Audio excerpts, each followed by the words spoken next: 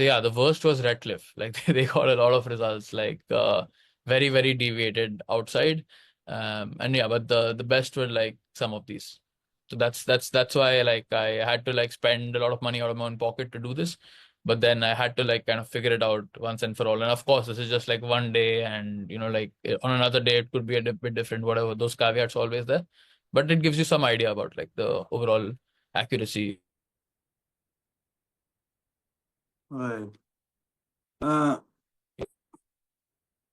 you did mention about the grading of the lab Of like results, like as in a functional range and an optimal range. So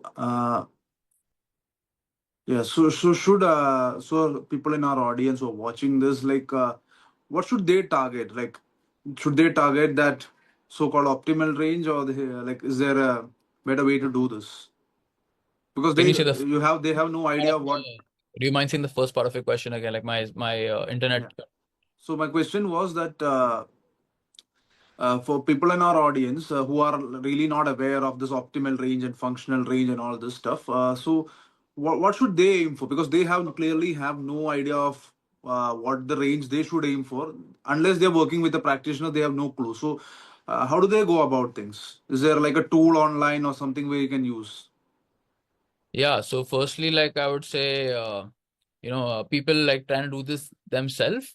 The best thing would be to like, I mean, see, firstly, like I really don't think people should be doing this themselves, because from whatever I've learned, like after being in this for a couple of decades, like there's some basic things. I mean, like you can pick up which are like kind of common knowledge a bit, and they're still accurate. So I mean, it's like a marker to marker discussion. It's very hard to generalize it in that fashion. But if someone's just starting out, like let's say they get like a comprehensive, blood test done from any of like the popular labs. So firstly, of course, like try to choose the labs at least which like I mentioned. I'll just like mention the other ones as well, which I think are good. Like I'll just open it right here so that people like, yeah. So like Arthi Orange, Manipal True Test, and then we have Apollo. Like these were like really, really good. These four were exceptional in terms of like how the results were. And then yeah, like the others were a bit suboptimal, and Redcliffe was really bad. So definitely don't go with Redcliffe. And if you're doing it, like try to go with one of these labs. I don't have any like financial kind of thing or anything going with them.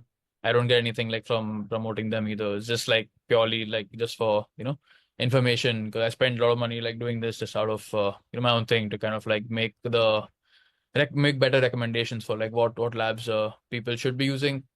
So that's one. And then if you're doing like a comprehensive panel from either of these, then I mean, like as a layperson, you're only kind of equipped with, okay, you can just look at the range that's there on the lab, and if it's outside, then you can just try to make some basic changes. So for just in general, like I actually did like a masterclass on this.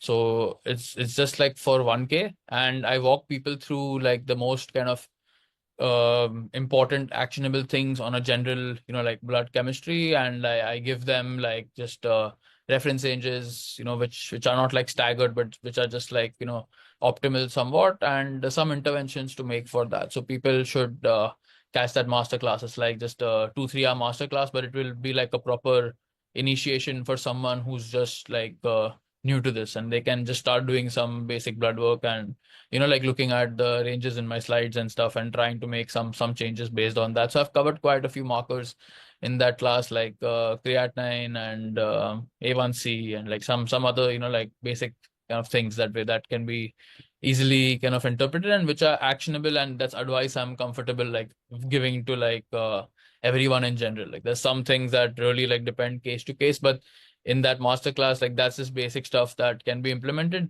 And then like, I feel like a lot of people just try to jump for extreme things in the beginning without even like fixing the basics first. So the diet's not dialed in, the sleep's not dialed in, they're not managing the stress levels well, they're not getting like a bit of sunlight exposure every day, just like general things that we know that people should be doing overall, for like good health. So just start with the basics first that way, and then like try to go for some blood tests and like basic interpretation. And this is a never ending rabbit hole. Like it kind of depends on like how many issues you have, or like how passionate you are about not just fixing your present symptoms, but also about preventing chronic disease in the future. And if your like passion level or interest level is very high, you can go as deep like as you want to in terms of like how much you really want to dig in. The perfect way to do this is to use staggered reference ranges. That way, where like you get a risk stratified idea with respect to like how out you are. So I mean, like a CRP of let's say like 3.5 would still show outside the reference range, but that's nowhere near a CRP of like 14.